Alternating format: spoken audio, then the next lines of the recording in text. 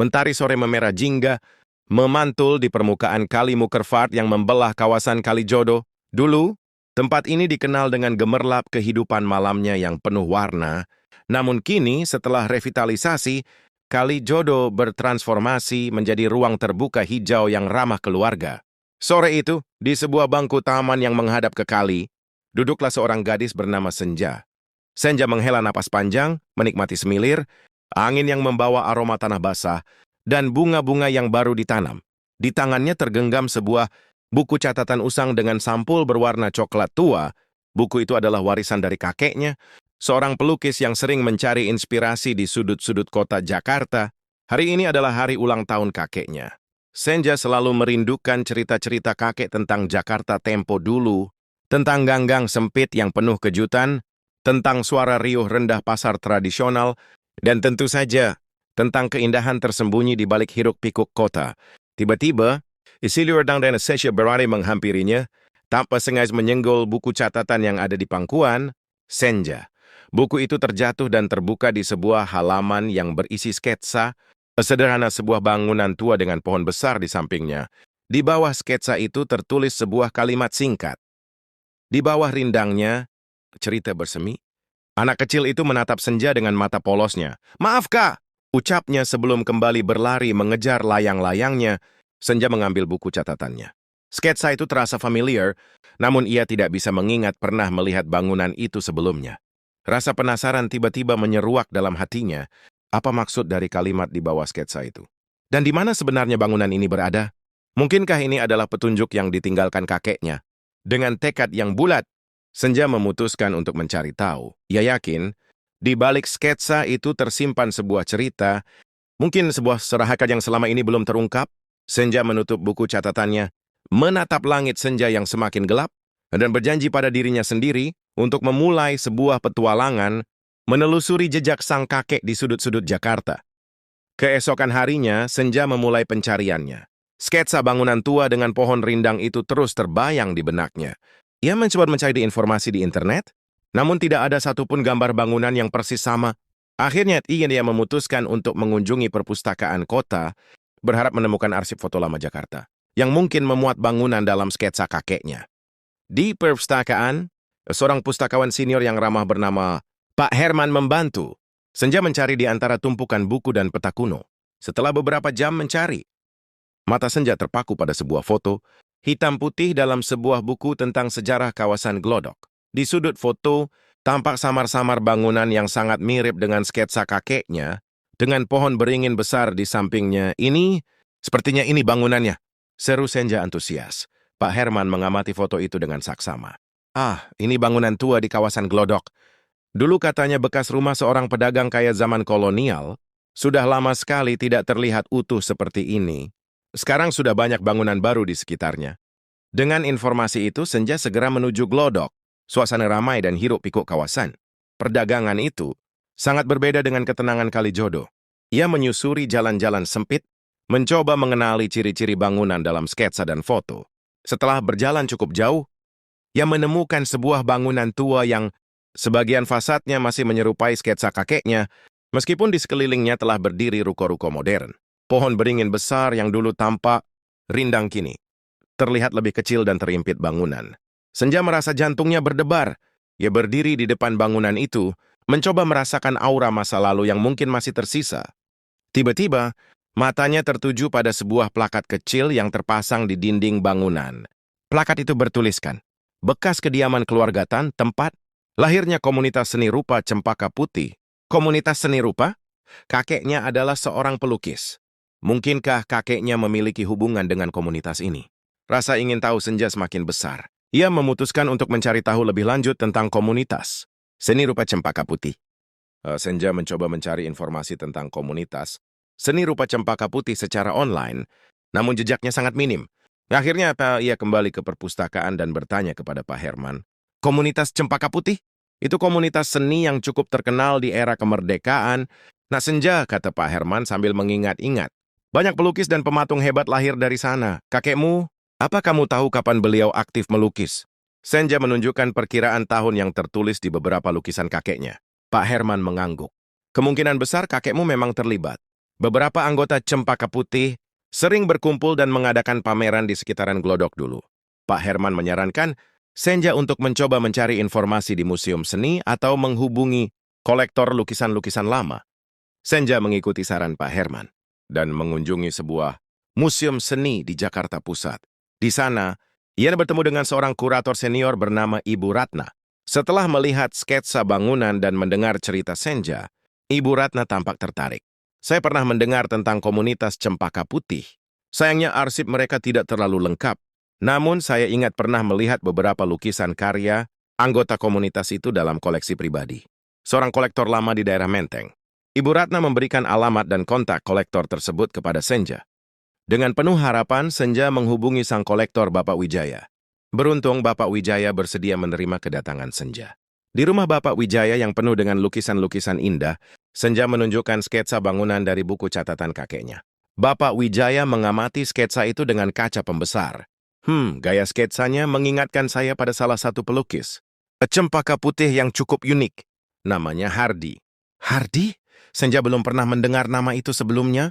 Apakah Bapak punya lukisan karya Hardy? Tanya Senja. Bapak Wijaya mengangguk dan membawa Senja ke sebuah ruangan dan yang dipenuhi lukisan yang tertutup kain. Ia membuka kain penutup sebuah lukisan berukuran sedang. Lukisan itu menggambarkan suasana sebuah pasar tradisional yang ramai dengan warna-warna cerah. Di sudut kiri bawah lukisan tertera sebuah inisial, Hei. Meskipun bukan nama lengkap, Senja merasakan sebuah koneksi yang kuat dengan lukisan itu. Gaya lukisnya terasa familiar, seolah ia pernah melihatnya sebelumnya. Apakah Bapak tahu lebih banyak tentang Hardy? Tanya Senja dengan antusias. Bapak Wijaya tersenyum misterius, mungkin, tapi ceritanya cukup panjang. Mari kita minum teh dulu. Sambil menikmati teh hangat di tengah koleksi seni yang memukau, Bapak Wijaya mulai bercerita tentang Hardy. Ternyata, Hardy adalah salah satu anggota pendiri komunitas Cempaka Putih. Ia dikenal sebagai pelukis yang idealis dan memiliki gaya unik yang memadukan unsur tradisional dan modern. Hardy sangat dekat dengan kakekmu, kata Bapak Wijaya tiba-tiba. Mereka berdua sering melukis bersama di sekitaran Glodok dan Kalijodo dulu. Senja terkejut mendengarnya. Jadi kakeknya memang bagian dari komunitas itu. Lalu mengapa ia tidak pernah bercerita tentang Hardy? Bapak Wijaya melanjutkan, ada sebuah cerita yang tidak banyak diketahui. Orang tentang Hardy. Ia memiliki seorang putri yang sangat dicintainya. Namun, suatu peristiwa tragis terjadi yang membuat Hardy sangat terpukul dan akhirnya menghilang dari dunia seni. Peristiwa apa itu, Pak? Tanya Senja penasaran. Bapak Wijaya menghela napas. Beberapa puluh tahun yang lalu terjadi kebakaran hebat di kawasan Glodok.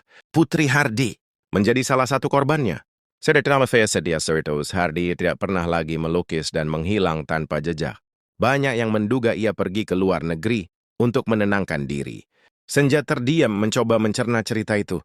Kebakaran di Glodok, bangunan tua dalam sketsa, komunitas seni Cempaka Putih, semuanya mulai terhubung. Apakah sketsa bangunan itu ada hubungannya dengan Hardy? Tanya Senja. Bapak Wijaya mengangguk. Bangunan itu adalah bekas rumah Hardy dan keluarganya. Pohon beringin itu adalah pohon kesukaan putrinya. Hardy sangat terpukul dan sering mengunjungi reruntuhan rumahnya. Saya yakin sketsa itu dibuat pada masa-masa sulitnya. Tiba-tiba tadi Bapak Wijaya bangkit dan berjalan ke sebuah lemari besi. Ia membuka lemari itu dan mengeluarkan sebuah kotak kayu kecil yang tampak usang. Hardy pernah menitipkan ini kepada saya sebelum ia menghilang.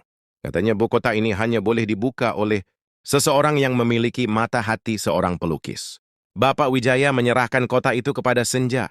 Saya rasa kamu orang yang tepat untuk membukanya. Jantung Senja berdebar kencang saat menerima kotak itu. Apakah rahasia yang selama ini ia cari tersimpan di dalamnya? Dengan tangan gemetar, Senja membuka kotak kayu itu. Di dalamnya terdapat beberapa helai surat yang sudah menguning, beberapa foto hitam putih yang pudar, dan sebuah lukisan kecil yang digulung. Senja membuka gulungan lukisan itu dengan hati-hati. Lukisan itu menggambarkan seorang gadis kecil yang sedang tersenyum, cara sambil duduk di bawah pohon beringin yang rindang. Gaya lukisnya sangat mirip dengan lukisan pasar karya H yang ia lihat sebelumnya. Di sudut lukisan tertera tulisan kecil. Untuk anggrekku tercinta, air mata Senja menetes tanpa bisa dicegah. Anggrek, nama itu terasa familiar. Ia ingat kakeknya pernah menyebut nama itu dalam salah satu ceritanya tentang seorang gadis kecil yang suka bermain di taman dekat rumahnya dulu. Senja kemudian membaca surat-surat di dalam kotak itu. Surat-surat itu ternyata adalah korespondensi antara kakeknya dan Hardy. Dalam surat-surat itu, terungkap bahwa kakeknya dan Hardy adalah sahabat dekat sejak lama. Mereka berdua memiliki impian yang sama untuk memajukan seni, rupa di Jakarta dan mendirikan komunitas Cempaka Putih bersama. Salah satu surat dari Hardy bercerita tentang kebahagiaannya memiliki seorang putri bernama Anggrek yang sangat berbakat melukis. Hardy juga menulis tentang kerinduannya pada kakek. Senja yang saat itu sedang melanjutkan studinya di luar negeri. Surat-surat itu juga mengungkapkan kesedihan mendalam Hardy. Setelah tragedi kebakaran yang merenggut nyawa Anggrek, Hardy menulis tentang rasa bersalahnya karena tidak bisa menyelamatkan putrinya dan tentang keputusasaannya untuk meninggalkan Jakarta dan dunia seni. Di antara surat-surat itu, Senja menemukan sebuah foto yang membuatnya terkejut. Foto itu menampilkan dua orang pria muda yang sedang tersenyum sambil merangkul pundak seorang gadis kecil yang memegang sebuah buku gambar. Salah satu pria itu adalah kakeknya, dan pria yang lain sangat mirip dengan sketsa wajah yang pernah ia lihat di antara catatan-catatan kakeknya. Di belakang foto itu tertulis Trio Cempaka Putih, Hardy, nama kakek Senja, dan Anggrek. Lestari Sanggrek bukan hanya putri Hardy, tapi juga bagian dari persahabatan mereka. Kakeknya dan Hardy adalah bagian dari Trio Cempaka Putih bersama Anggrek. Mengapa kakeknya tidak pernah bercerita tentang Hardy dan Anggrek? Senja kembali membuka buku catatan usang warisan kakeknya. Ia membalik setiap halaman dengan cermat, mencari petunjuk yang mungkin terlewatkan. Ia menemukan lebih banyak sketsa bangunan tua di berbagai sudut kota Jakarta, catatan-catatan tentang ide-ide melukis, dan beberapa puisi singkat yang menyiratkan kesedihan dan kehilangan. Di salah satu halaman yang terlipat, Senja menemukan sebuah sketsa wajah seorang pria dengan tatapan mata yang sendu. Di bawah sketsa itu tertulis, "Sahabatku yang hilang."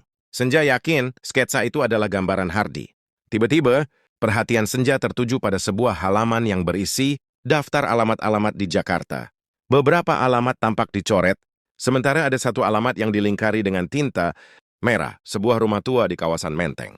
Di bawah alamat itu tertulis, "Mungkin di sana, Menteng, itu adalah kawasan tempat tinggal Bapak Wijaya, sang kolektor lukisan. Apakah ada hubungannya?" Senja segera menghubungi Bapak Wijaya dan menceritakan tentang alamat yang ia temukan. Bapak Wijaya terkejut mendengarnya. "Alamat itu adalah alamat rumah Hardy setelah kebakaran. Saya tidak tahu mengapa alamat itu ada di buku catatan kakekmu." Senja memutuskan untuk mengunjungi alamat itu. Rumah tua itu tampak sepi dan tidak terawat. Pagar besinya berkarat dan cat dindingnya mengelupas. Namun aura masa lalu terasa kuat di tempat itu. Saat Senja berdiri di depan rumah itu, seorang wanita tua keluar dari pintu gerbang. Wanita itu tampak bingung melihat Senja. "Maaf nak, ada yang bisa saya bantu?" Tanya wanita itu dengan suara serak. Saya mencari informasi tentang pemilik rumah ini dulu," jawab Senja ragu-ragu. "Apa ibu tahu tentang keluarga yang pernah tinggal di sini namanya Hardy?" Wajah wanita tua itu berubah menjadi sendu. "Hardy? Sudah lama sekali. Saya adalah tetangganya dulu.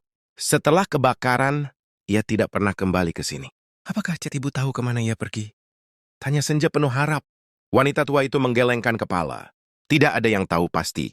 Beberapa orang bilang ia pergi ke luar negeri, tapi ada juga yang bilang ia masih tinggal di Jakarta, menyendiri dan tidak ingin bertemu siapapun. Tiba-tiba wanita tua itu menatap Senja dengan tatapan menyelidik. "Kamu, ada hubungan apa dengan Hardy?" Senja menceritakan tentang kakeknya, tentang buku catatan, dan tentang pencariannya. Wanita tua itu mendengarkan dengan seksama. Setelah Senja selesai bercerita, wanita tua itu tersenyum lembut. "Saya ingat kakekmu. Ia sering datang ke rumah Hardy dulu. Mereka sangat akrab. Mungkin Hardy meninggalkan sesuatu di rumah ini. Sesuatu yang hanya bisa ditemukan oleh orang yang memiliki hubungan dengan masa lalunya." Wanita tua itu mengajak Senja masuk ke dalam rumah tua yang penuh debu dan kenangan. Di dalam rumah tua itu, waktu seolah berhenti. Furnitur-furnitur usang tertutup debu, dan lukisan-lukisan yang dulu mungkin indah kini tampak kusam dan pudar. Wanita tua itu, yang ternyata bernama Ibu Marta, membantu Senja mencari di setiap sudut ruangan. Di loteng yang gelap dan berdebu, Senja menemukan sebuah kotak kayu besar yang terkunci. Ibu Marta ingat bahwa kotak itu milik Hardy. Setelah berusaha keras, mereka berhasil membuka kunci kotak itu. Di dalamnya, Senja menemukan puluhan lukisan karya Hardy yang belum pernah ia lihat sebelumnya. Lukisan-lukisan itu menggambarkan berbagai macam emosi, kesedihan, kehilangan harapan dan cinta. Ada juga beberapa lukisan potret, seorang gadis kecil dengan senyum yang menawan, anggrek. Di bagian bawah kotak, Senja menemukan sebuah amplop tebal. Di dalamnya terdapat surat-surat Hardy yang lebih pribadi, ditujukan kepada kakek Senja. Dalam surat-surat itu, Hardy mengungkapkan rasa bersalahnya karena menghilang tanpa kabar setelah tragedi itu. Ia juga menulis tentang kerinduannya pada persahabatan mereka dan tentang penyesalannya karena tidak bisa melihat kakek. Senja meraih kesuksesan sebagai pelukis. Di surat terakhir, Hardy menulis tentang sebuah lukisan terakhir yang ia buat, sebuah lukisan yang ia dedikasikan untuk anggrek dan untuk mengenang persahabatannya dengan kakek Senja. Hardy menulis bahwa lukisan itu ia sembunyikan di suatu tempat yang hanya bisa ditemukan oleh seseorang yang benar-benar memahami hatinya. Tiba-tiba, mata Senja tertuju pada sebuah lukisan kecil yang terselip di antara tumpukan surat. Lukisan itu menggambarkan pemandangan senja di Kalijodo, persis seperti pemandangan yang ia lihat saat pertama kali menemukan sketsa bangunan di buku catatan kakeknya. Di sudut lukisan, tertera inisial H dan sebuah tanggal yang sama, dengan tanggal ulang tahun anggrek. Senja menyadari semuanya. Kakeknya menyimpan sketsa bangunan itu sebagai pengingat tentang persahabatannya dengan Hardy dan tentang anggrek. Kalimat di bawah rindangnya, cerita bersemi merujuk pada pohon beringin di rumah Hardy, tempat di mana persahabatan mereka bersemi dan di mana kenangan tentang anggrek abadi. Dan lukisan senja di Kalijodo, mungkin itu adalah petunjuk terakhir dari Hardy. Mungkinkah Hardy kembali ke Kalijodo, tempat yang memiliki kenangan indah bagi mereka bertiga? Senja berterima kasih kepada Ibu Marta dan Bapak Wijaya atas bantuan mereka. Dengan hati yang penuh haru, ia kembali ke Kalijodo. Ia duduk di bangku taman yang sama, menatap senja yang mulai mewarnai langit. Kali ini ia tidak hanya melihat keindahan senja, tapi juga merasakan kehadiran kakeknya, Hardy dan anggrek di sekitarnya. Mungkin jejak Hardy tidak benar-benar hilang. Mungkin dia masih ada di suatu tempat di Jakarta, membawa kenangan tentang persahabatan dan cinta di dalam hatinya, dan Senja dengan penemuannya ini telah berhasil menyatukan kembali kepingan-kepingan masa lalu yang hilang. Semoga kisah ini bisa jadi semangat baru hari ini. Kalau kamu suka cerita seperti ini, tekan tombol like-nya, subscribe biar nggak ketinggalan, dan tulis pendapatmu di kolom komentar ya. Siapa tahu ceritamu bisa jadi inspirasi selanjutnya.